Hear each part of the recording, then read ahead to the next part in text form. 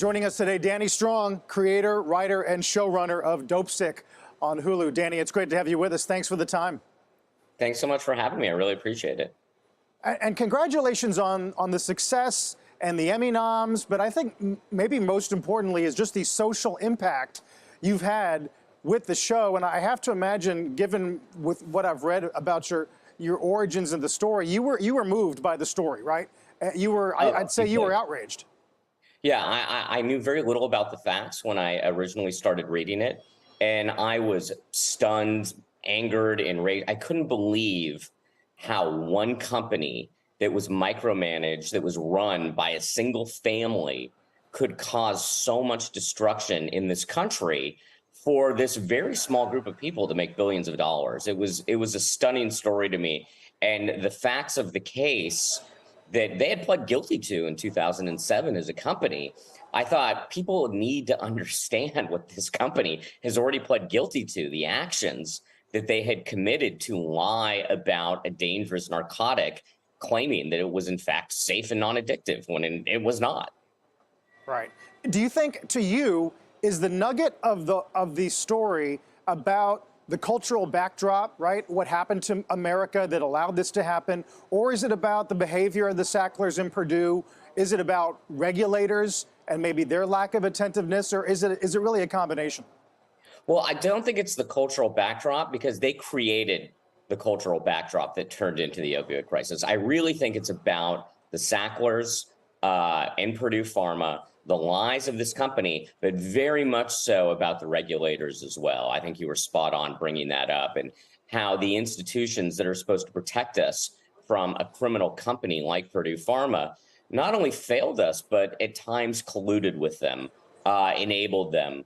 And you know, this a huge portion of how this all happened is because of systematic failures at the FDA. And in some cases, it wasn't even failures. It was just collusion and corruption. Right. I've read a lot about the pressure that the cast and crew were under to bring the story to life. I know Michael Keaton has given some interviews in which he would read a script and he couldn't imagine the story was actually that bad in real life. He would come to you and you would show him news accounts that said, we are not overstating the egregiousness of this behavior. Yeah. There were some of the crimes that they had committed, some of the lies they told seemed absurd to Michael. You know, really, they created fake blood charts.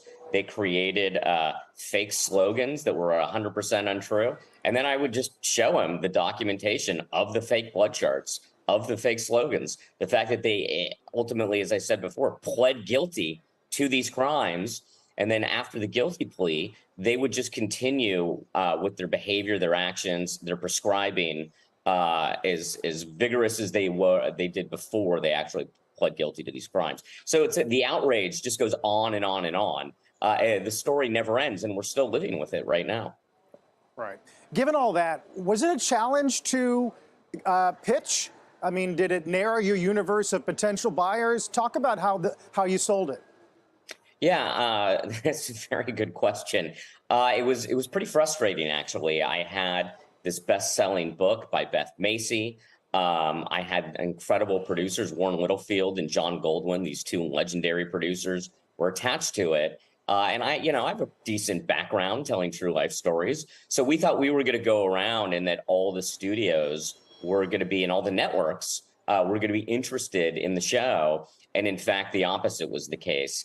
All of them passed except for one. I wrote the script for that studio. They ended up, or that network, they ended up not making it. And then at the final hour, Hulu stepped up and just saved the entire project and greenlit it for the entire season based on that pilot script. So deeply, deeply grateful to Hulu. It seemed like it was never going to happen until they stepped in and said, yeah, we're going to make this. I wonder what you think that says about Hulu, not just because of the relationship to you and Dopesick, but you mentioned Littlefield and The Old Man and what they've done with Handmaids. What kind of reputation do you think they're carving out, given some of these large projects that have done so well for them? Well, you see in the last 2 years, in a very short period of time, Hulu is on an incredible run right now where they're having project after project is breaking through in the public consciousness.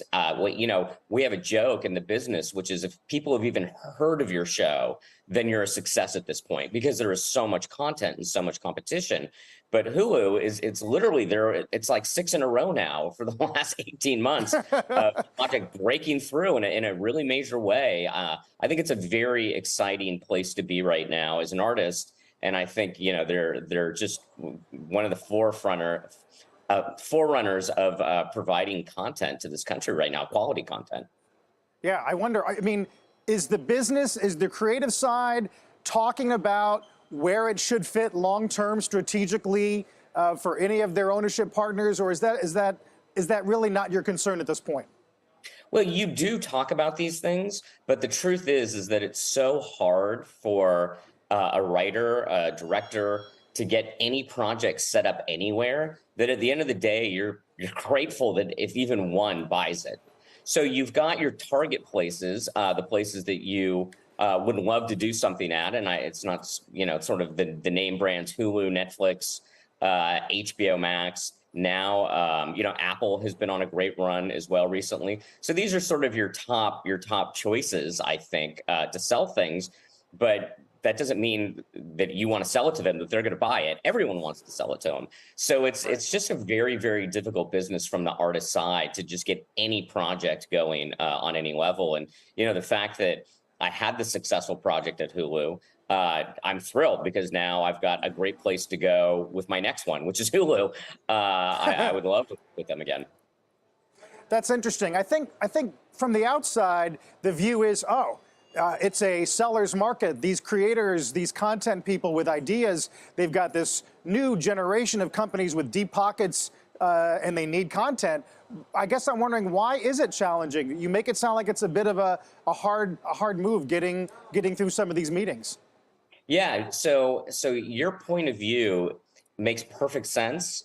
And it's sort of the perception of the business. But when you're actually in the business on my side of it, that's not what's happening. It's not, hey, we're buying everything from everyone. It's literally because the competition to sell projects to these companies is so fierce. It's very difficult to get a project not just sold, but even harder to get a project made. And one of the reasons why is that the investment on the company side, when they go make a project, it's an $80-100 million investment gamble. So they don't take these decisions lightly.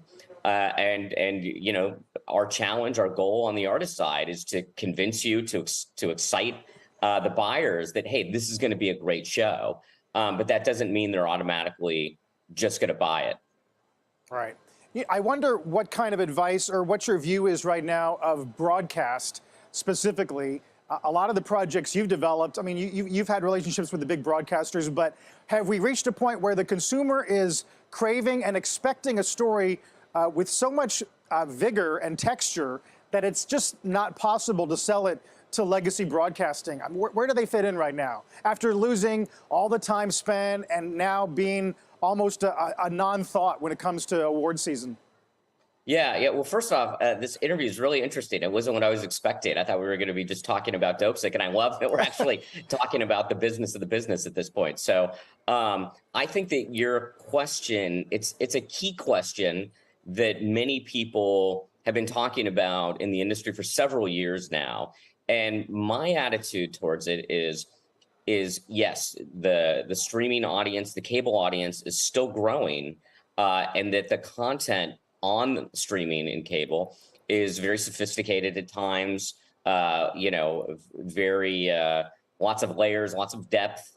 At the same time, you've got shows on broadcast that fulfill an audience's need or a specific desire for that kind of entertainment. I mean, that's the great thing about storytelling, is that there's a genre for everyone, right? So not everyone wants to see some dark ongoing story. They want their weekly case of the week because they love their weekly case of the week. They love that show. So there's I think the more diversity of content that's out there, the more there is. I think you expand your audience. I don't think you shrink in your audience, because you've got more types of shows that people want to see. And if people don't want to see that kind of show, you're going to find out real quick, because no one's going to watch it.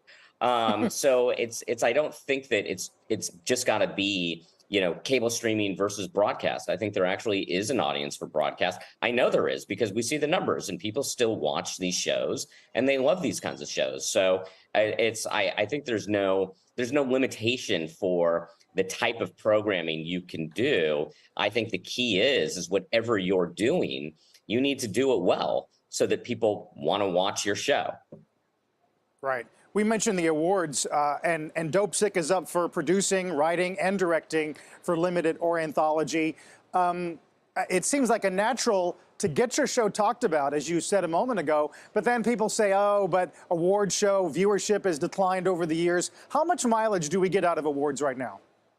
I think that even though there's always every year so much talk about the ratings of the award shows, and yes, the numbers have gone down, but they're still extremely important, because even though numbers have gone down, there's still a lot of people watching the show.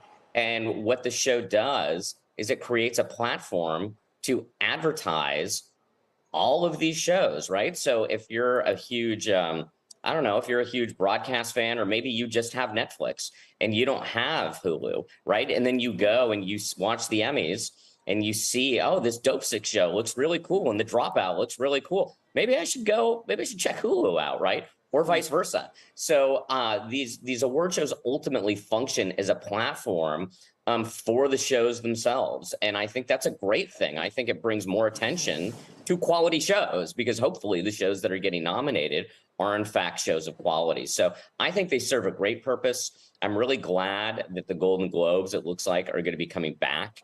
I think that the Globes made a massive error in their behavior by not having any American Black members. I think it was ridiculous.